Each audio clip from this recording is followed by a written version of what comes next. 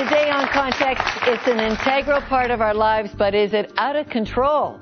Communication. We'll examine who or what controls it next. I'm Lorna Duick, and you're watching Context, the show that looks at life beyond the headlines.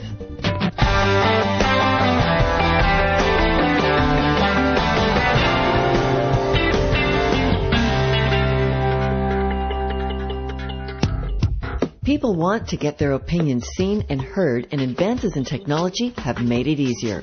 But what happens when what we publicly say or write offends others? Who or what controls the power of our communication? And what happens when it's up to the country's top court to decide if we've crossed the line? Let's put it in context.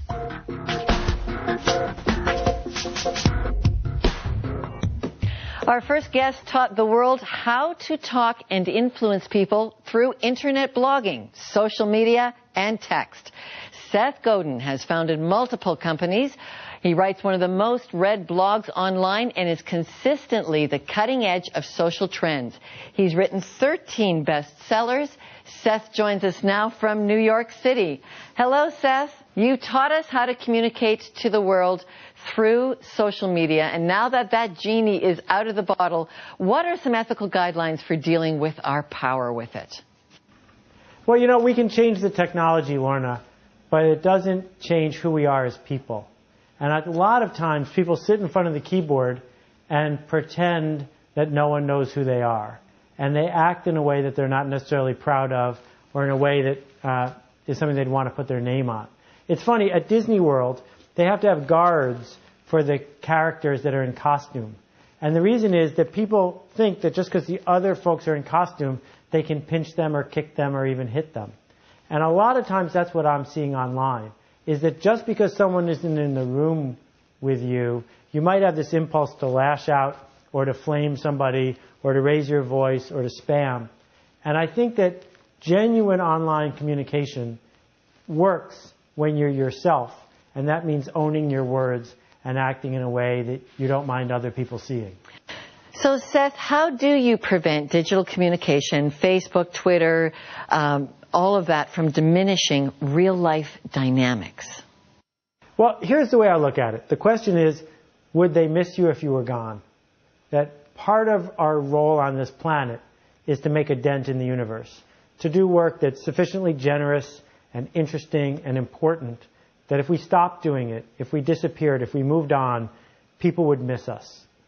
And the problem with the vast number of little messages and tweets and posts and likes and friends flashing by online is there's too much of it to miss anything. That it's just a giant haystack and there are no needles. And for me, it's great to have friends in every country in the world. It's great to have a following of people where if I needed a bed to sleep in Tucson, I could find one. But the real challenge for me is, can I find the people who have impacted me? Can I find people where I have a chance to genuinely contribute? And if I can make those connections, I try to do it in person.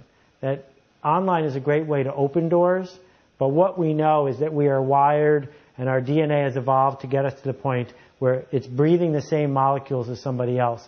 It's being in the same space. It's standing up for things you believe in with people. That's what makes us human. Seth, what are the warning signs that you are sunk in a sea of oversharing? Well, you know, oversharing is this other element in our life, and it's very cultural. So this notion that we have this artificial privacy distinction sort of comes from the Victorian age and calling cards and butlers and fences and clothes and, artifice that translates into your role in society. So I'm not so worried about that stuff. What I'm worried about is that nuance gets lost. If you put something into 10 words and it's memorialized forever online, and those 10 words didn't adequately explain what you really meant, you have to live with those 10 words forever. And it's so much easier to hurt people, and so much easier to be misunderstood, and so much easier to leave a trail that you're not necessarily proud of. And it's that nuance that we're missing because digital isn't good at nuance. And so for me, what I try to do is set boundaries of things that I don't think I can talk about adequately and other things where I can.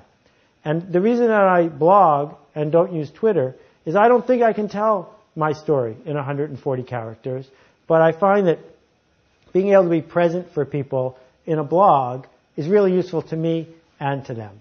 But everyone's going to have to make their own choices. There are certainly people, who tweet 20, 30 times a day. You can't fake it when you keep doing that. And so the consistency and the authenticity of all of that noise from one individual, it adds up. It adds up to their reputation. I guess basically what it comes down to is this. It's harder than ever to fake it. And it's easier than ever to be yourself. So once you decide to be honest and transparent and consistent, you don't have to worry about keeping your story straight. You can tell your story the same way all the time because it's your story and it's who you are. Okay, Seth, do you believe in self-censorship of information? Well, I think that that's the best kind. That there are people like Jeff Jarvis who disagree with me. Jeff is happy to blog all the details of his prostate surgery. Jeff is happy to explain in every minute of the day what he's doing. And if he likes doing that, more power to him. But for me, what I understand is that every morning you get up and you put on clothing whether or not you feel like it. Every day guys get up and shave whether or not they feel like it.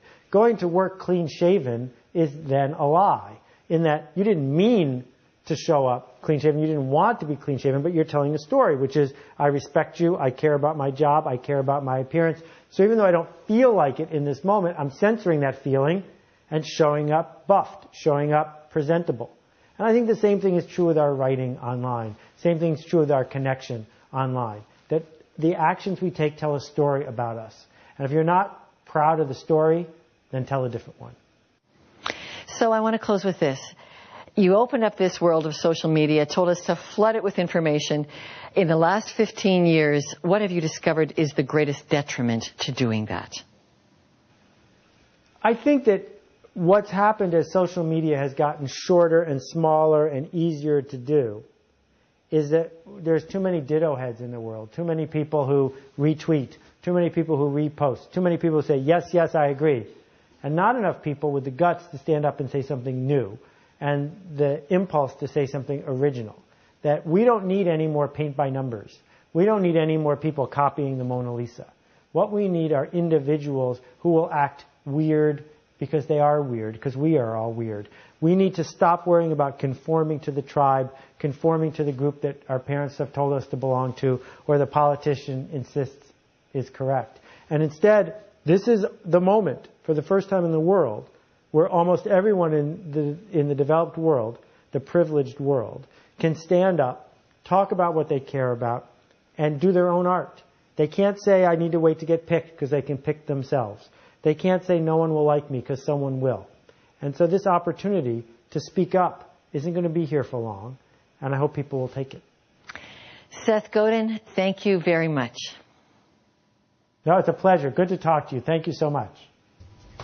Now it's time to find out what you think. Have you ever regretted something you posted online? Would you say yes, no, or unsure? Call us at 1-800-215-4913 or send an email to answers@contextwithlorna.com. We're also on Facebook and Twitter at contexttv.com. Have a webcam? You can leave a video message on our site there and let us know what you think. Be part of the conversation. We'd love to know what you think. Our studio audience is taking a live vote, and we'll have those results just after the break. Plus, we'll continue with the dialogue on communication ethics. One of Canada's leading voices for freedom of expression, Ezra Levant, is here in studio. Stay tuned.